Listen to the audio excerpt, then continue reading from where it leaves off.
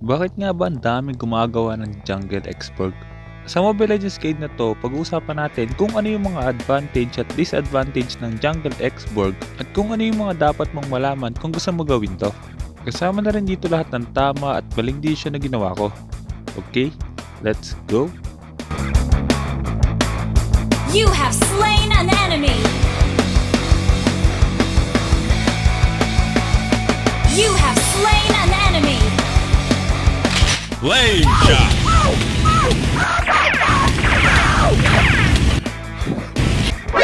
NANI?!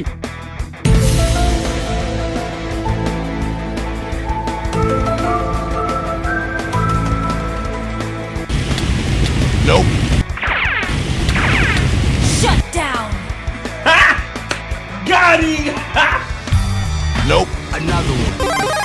Here we go!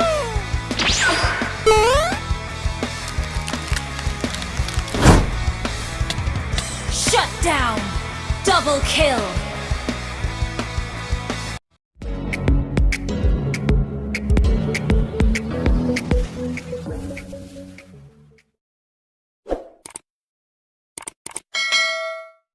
Sa laro na to, ito yung emblem at item build na gamit ko.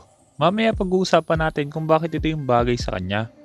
Pagdating naman kay Xborg, isa sa mga dahilan kung bakit maganda siyang i-jungle ngayon ay dahil sa pagkakabuff sa kanya. Mas pinalakas ngayong season yung first skill niya at dahil hindi na rin natin kailangan ng mga jungle items kaya mas madali natin mabubuo yung mga core items ni Xborg. Maliban doon, dahil nga nagiging true damage yung first skill ni Xborg kapag napupuno yung temperature, kaya mas madali rin para sa kanya mag-farm. At dahil nga mabilis siya mag-farm, ibig sabihin mabilis din tayo makakapag-rotate. Maliban doon, malakas din sa early game si Xborg basta napupuno natin yung temperature. Kaya hanggat maaari, dapat maging aggressive tayo sa early game. Pagtapos natin makuha yung mga buff natin, pwede natin kunin yung mga jungle creeps ng kalaban dahil nga pwede na tayong makipag-teamfight agad. Sa laro na to, wala tayong kasamang Rafaela pero isa yun sa mga dahilan kung bakit maganda gawing jungler si Xborg. Dahil nga, kailangan nating mapatama yung first skill natin sa kalaban. Kaya maganda si Rafaela dahil meron siyang first skill na nag-i-slow sa kalaban. Maliban sa first skill, maganda rin yung second skill ni Rafaela para mapabilis naman yung movement speed ni Xborg. At isa pa, maganda yung second skill ni Rafaela para hindi agad mawala yung armor ni Xborg. Dahil nga pag walang armor si Xborg, mas mabilis siyang mapapatay ng kalaban.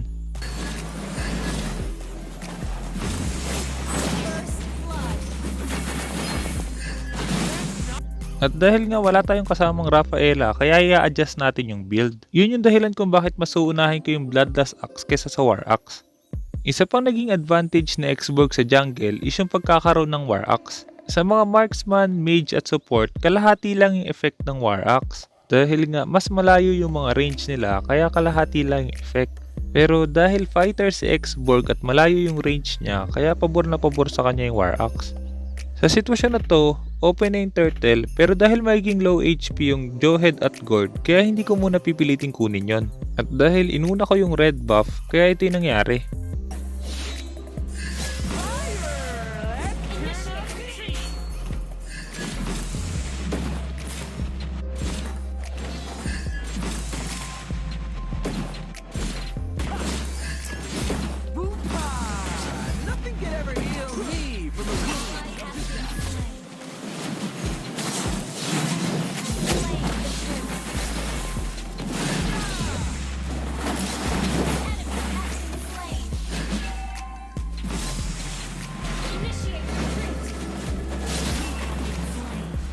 Isa sa mga disadvantage ng Jungle Xborg, kapag nawala agad yung armor natin, mas madali na tayong mapatay. Yun din yung dahilan kung bakit hindi natin basta-basta pwedeng gamitin yung ultimate niya. Pero dahil nga malakas sa early game yung first skill ni Xborg, kaya hindi dapat tayo matakot sa teamfight.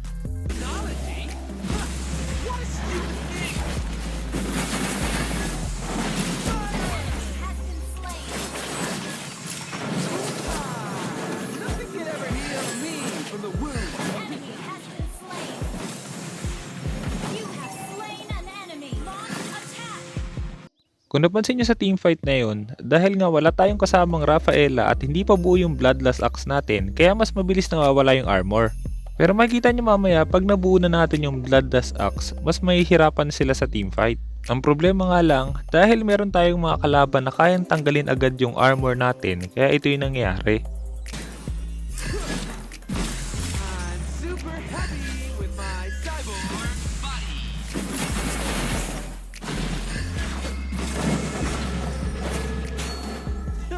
Why should I care for anyone else? Sa sitwasyon na to, nabuo na natin yung Bloodlust Axe. Kaya sa next team fight, makikita nyo kung gaano nakalakas yung sustain ni Xborg. Isa pang advantage ng jungle Xborg is yung pagkakaroon ng red buff. Dahil nga meron tong kasamang slow pag nagdi-deal tayo ng damage, kaya napakalaking advantage yun para mapuno agad natin yung temperature. Makikita nyo sa team fight na to kung gaano kalaki yung advantage nun.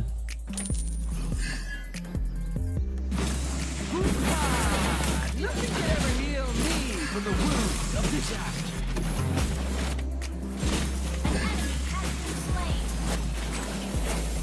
What are you looking at? I'm more complete than you.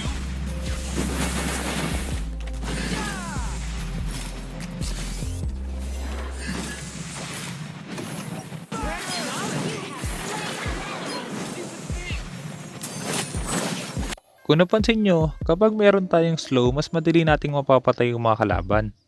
Sunod na advantage kapag gumagamit ng jungle Xborg, kayang-kaya natin mag-regen kahit hindi na umuwi ng base. Kailangan nyo lang tandaan, hanggat maaari dapat kinukuha natin yung mga battery. Napaka-importante nun lalo na kung wala tayong armor. At dahil nga naka-fighter emblem tayo, every time na magkakaroon tayo ng kill, mas tataas pa yung spell bump natin. Kaya importante din na pupunta kay Xborg yung mga kills. Pag nabuo naman natin yung War Axe, makikita nyo kung gaano nakalaki yung kaya nating i-deal na damage sa kalaban. At dahil nga pwede tayo maging aggressive, kaya hanggat maaari dapat i-contest natin yung mga buff ng kalaban. At dahil doon, kaya ito yung nangyari.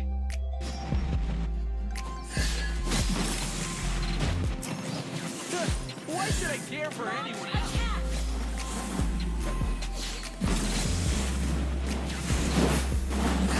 Fire!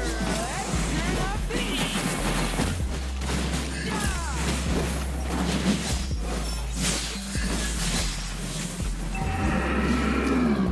What are you looking at? I'm more complete than you.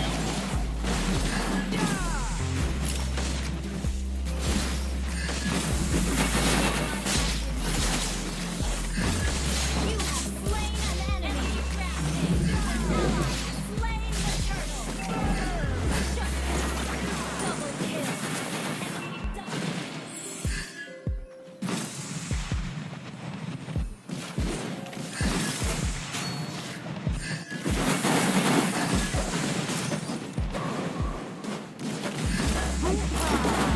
Nothing can ever heal me from the wounds of disaster. Sa sitwasyon na to, nabuo na natin yung dalawang core item ni Xborg, kaya dapat simulan na natin ang pagkuha ng mga tower. Ito yung isa sa mga disadvantage kapag gumamit tayo ng jungle Xborg. Dahil nga hindi ganun kabilis bumasag si Xborg, kaya dapat meron tayong kakampi na kayang makapag-push ng mga tower. Yun yung dahilan kung bakit magandang meron tayong marksman or mga late game heroes na nasa side lane. Dahil kung masyadong malakas mag-clear ng wave yung mga kalaban, mas mahihirapan tayong mag-push. Kaya naman ito yung item build na tingin kong bagay kay Xborg. Bloodlust Axe para sa sustain at War Axe naman para sa damage. Kung sakaling meron tayong kasamang Rafaela, pwede nating unahin yung War Axe tsaka tayo magwa-Bloodlust Axe. Immortality naman para hindi tayo mailang na gamitin yung ultimate natin. Pero kung hindi tayo ganong namamatay, pwede nating palitan yun ng ibang defensive item gaya ng Brute Force o kaya naman Oracle. Hunter Strike naman para sa additional damage at movement speed, at yung huling item pwede nyong palitan depende sa sitwasyon. Slain an enemy.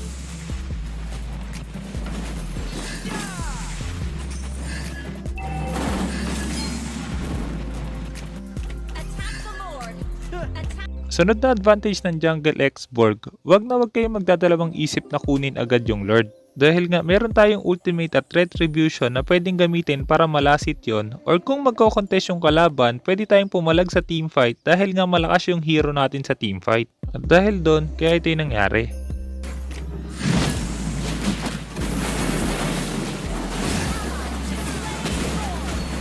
An enemy has been slain. You have slain an enemy. An enemy has been slain. Nakuha na natin yung Lord kaya dapat simulan na natin kumuha ng mga objective. At dahil wala kaming hero na kayang bumasag ng mga tower ng mas mabilis, kaya makikita nyo mas tatagal pa yung laban na to.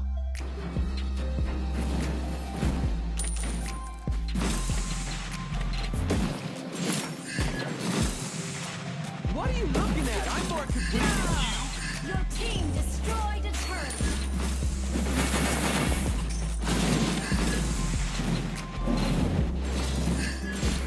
Your team destroyed a turret.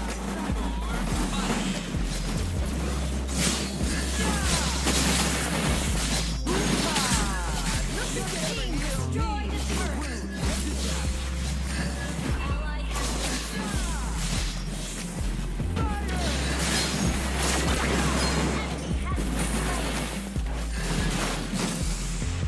Your team destroyed a turret.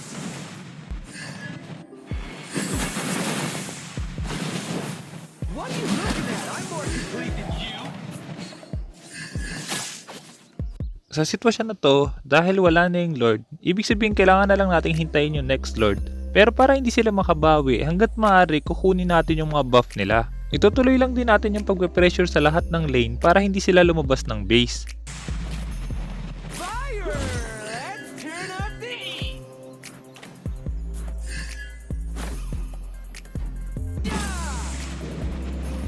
Technology.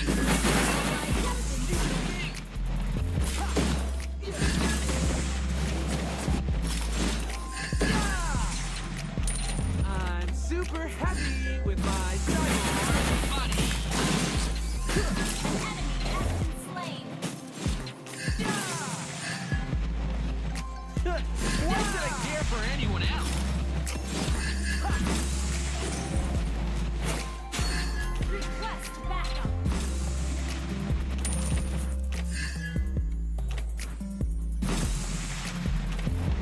What are you looking at? I'm more complete than you.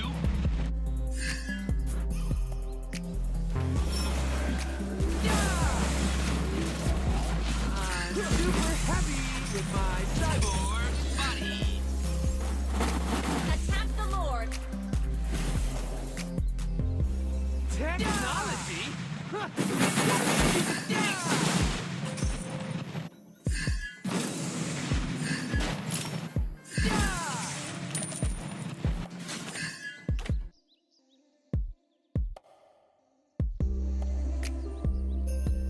What are you looking at? I'm more complete than you.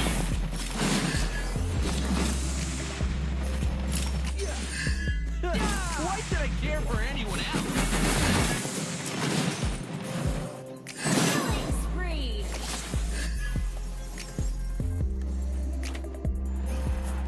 Request backup. Technology? Huh. What a stupid thing!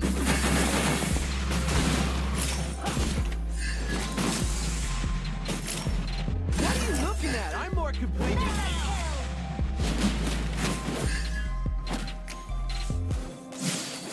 Shut down. Nothing can ever heal me from the wounds of disaster. Attack the Lord. Attack the Lord.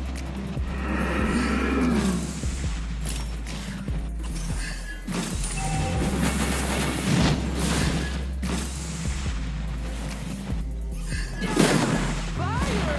Let's turn up the heat. Killing spree.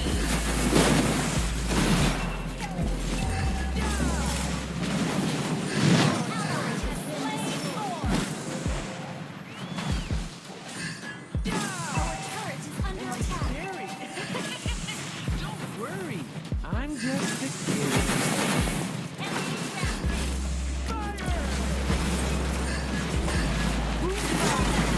Nothing can ever heal me from the Double wounds kill. of disaster.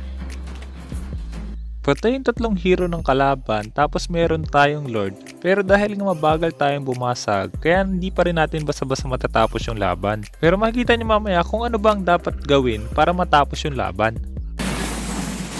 Your team destroyed a turret. Am I scary? Don't worry, I'm just a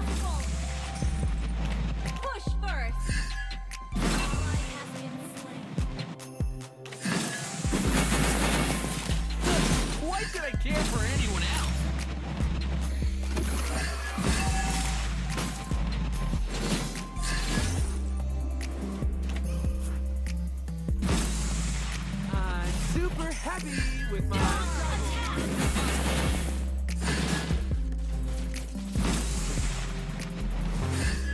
What are you looking at? I'm more complete than you.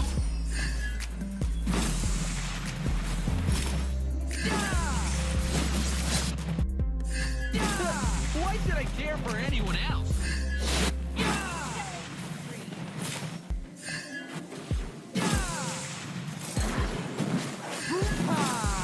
Nothing can ever heal me from the wounds of this.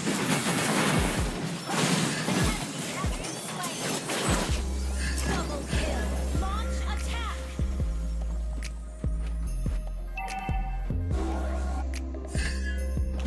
Request backup. Our turret is under attack. Our turret has been destroyed. Our turret has been destroyed. Fire! Initiate retreat. An enemy has been slain. Our inhibitor turret is under attack. Technology? Huh, what a stupid thing!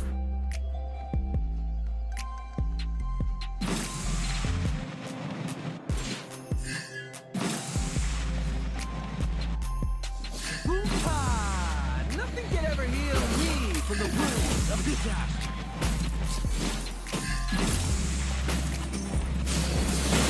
Yeah! Fire! Let's turn up the heat! Attack the Lord. I'm super happy.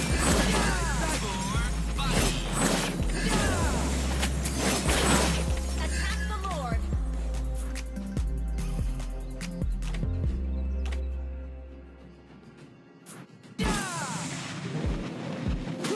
Why should I care for anyone else?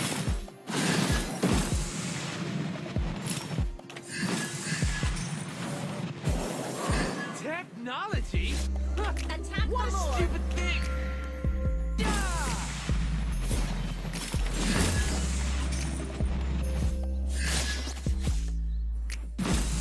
What are you looking at? I'm more complete. Our turret is under attack.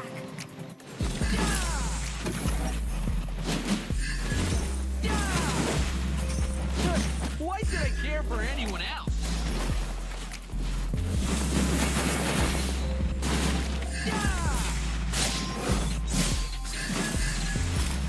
Monster kill. Attack the Lord. Our turret is under attack. Our turret has been destroyed.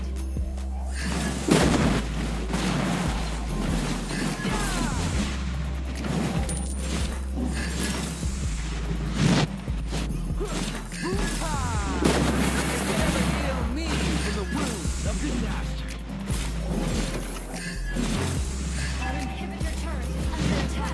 Back.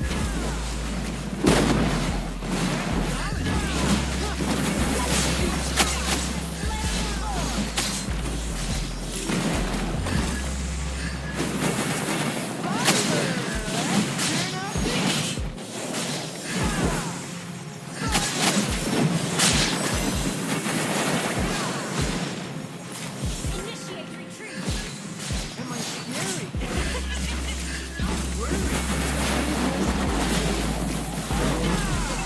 Inhibitor turret is under attack. An enemy has been slain. Shut down. Our turret has been destroyed. Nakuha ulit natin yung Lord pero dahil ako naman yung namatay kaya hindi pa rin natapos yung laban.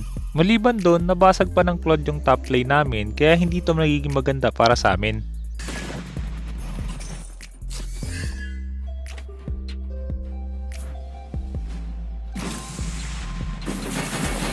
Scary.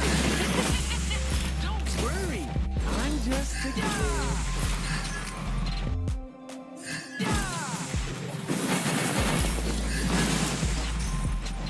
Fire! Let's turn up the heat.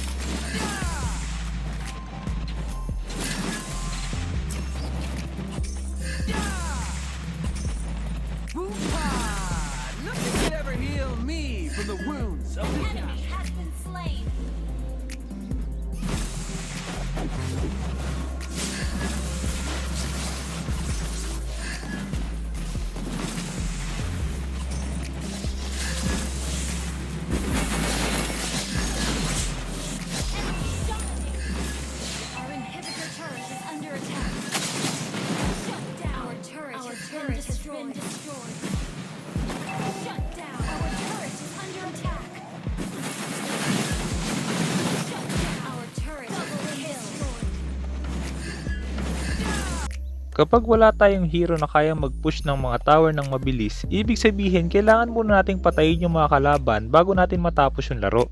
Isa sa mga paraan para matapos yung laro is kapag meron tayong lord na tumapak malapit sa base ng kalaban, pwede na nating erekta yung laban. Pero napaka-importante ng mga hero na kayang bumasag agad nun. At dahil nga wala yun sa lineup natin, kaya kailangan nating patayin muna yung mga kalaban bago matapos yung laro.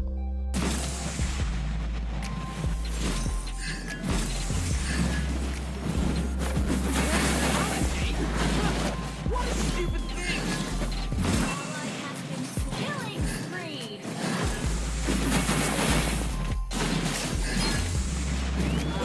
Super happy with my Xborg. Wiped out. Sana marami ka natutunan sa guide na to, at kung meron kang guide na gusto ipagawa, i-comment mo lang sa baba at susubukan gumawa ng guide tungkol doon.